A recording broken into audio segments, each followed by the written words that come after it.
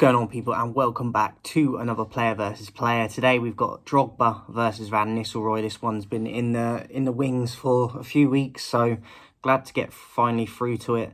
And then I'm going to be doing the Carvalho Vidic in probably the next week or so, and then we'll see where we go from there. So Drogba versus Van Nistelrooy, a fan of both of these growing up and watched pretty much all their career. Fond memories of both. Obviously Van Nistelrooy being a United legend as well in my eyes. Ways like Drogba as well, even though he was an opposition player. So excited to get this one underway. Let's go. Goals. So Van Nistelrooy finished with 249 total and Drogba finished with 212. So both over the 200 plus mark. Obviously Van Nistelrooy gets it on the numbers in terms of the sheer numbers.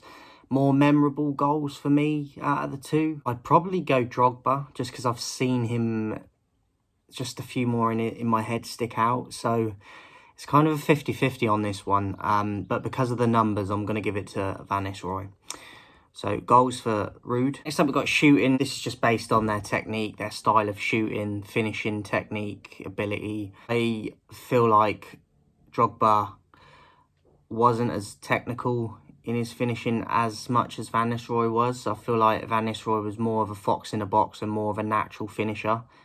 So I'm going to give the shooting to Van Nistelrooy also. Dribbling, both of these not really known for their dribbling. They were more powerhouse type of forwards, a little bit more old-fashioned, but I think the technique for the dribbling, if you'd had to give it to either of them, I'd probably edge that to Drogba. Heading, one's pretty easy for me. I think Drogba was far superior in the air. I remember him scoring more headers than Van Nistelrooy, and he was more dominant in the air. So Van Nistelrooy was decent enough at it, but Drogba was more of a specialised thing for him. So Drogba for heading. Pace, I don't necessarily feel like either of them were super fast, but I think there was a clear difference even so, and I would say that Drogba had a bit more pace naturally. Technique, first touch, passing technique, receiving passes, controlling the ball, tight areas. As I said, I think Ruud had more of a natural technique and ability inside the box and finishing, and that first touch to set his shot up. But overall technique around the pitch, I would give it to Didier. So Drogba for technique. Strength, I think they were both strong on the ball, but I think naturally, Didier was more of a unit to move off the ball. Ruud wasn't weak at all, but I feel like when you see people talk about Drogba, one of his key attributes that people always point to was his strength and his hold-up play, and it was just an athlete in that sense. So Drogba for strength. Agility, I really don't feel like there's a lot in this again, but from what I saw, I probably would give it to Didier for agility. I feel like he was a bit more agile. Not tons, but a bit more than Ruud was. Leadership, I think probably Didier again. I feel like Ruud had that competitive spirit inside of him, and he definitely was a character.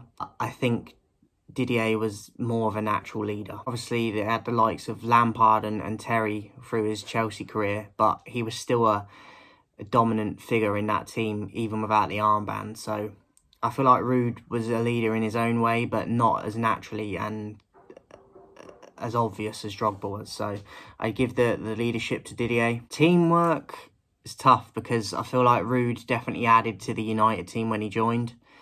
And other teams he's been at as well. But I feel like Drogba, what he won at Chelsea when he won it, and for his country as well is another big thing. I think for their countries, I think Drogba stands out more. And it was harder to do, I think. I feel like Ruud had more of an opportunity with the talented players that the Dutch team have had over the years when he was playing, but they didn't really amount to it. Whereas Drogba, I kind of feel like he did a bit more for his country. So overall, teamwork, I'm going to give it to Didier. Trophies, it's quite a clear one-sided one in this one. Drogba finished with 24 and Ruud finished with 14. So total of 10 there, difference. So trophies, you have to give it to Drogba on the sheer numbers. He's clear with it. Lastly, we've got career. It's debatable. I feel like Ruud obviously went to Madrid for a bit and did reasonably well. The best of him was at United. Injury issues at Eindhoven, obviously. Drogba, I remember him coming through, not at Guingamp, or however you pronounce it, but I remember him at Marseille in the UEFA Cup run when they beat Newcastle as well. And then I obviously remember him at his peak years at Chelsea, winning what he did. Galatasaray he did okay at, and then the second spell at Chelsea, he done all right again. So I feel like it's tough to pick on this one, but I think Didier probably had a slightly better career overall, so Drogba gets it for the career. This proves that I'm not biased when I do this, because I'm a United fan, I always have been, and Van Nistelrooy gets 2 and Drogba gets 10.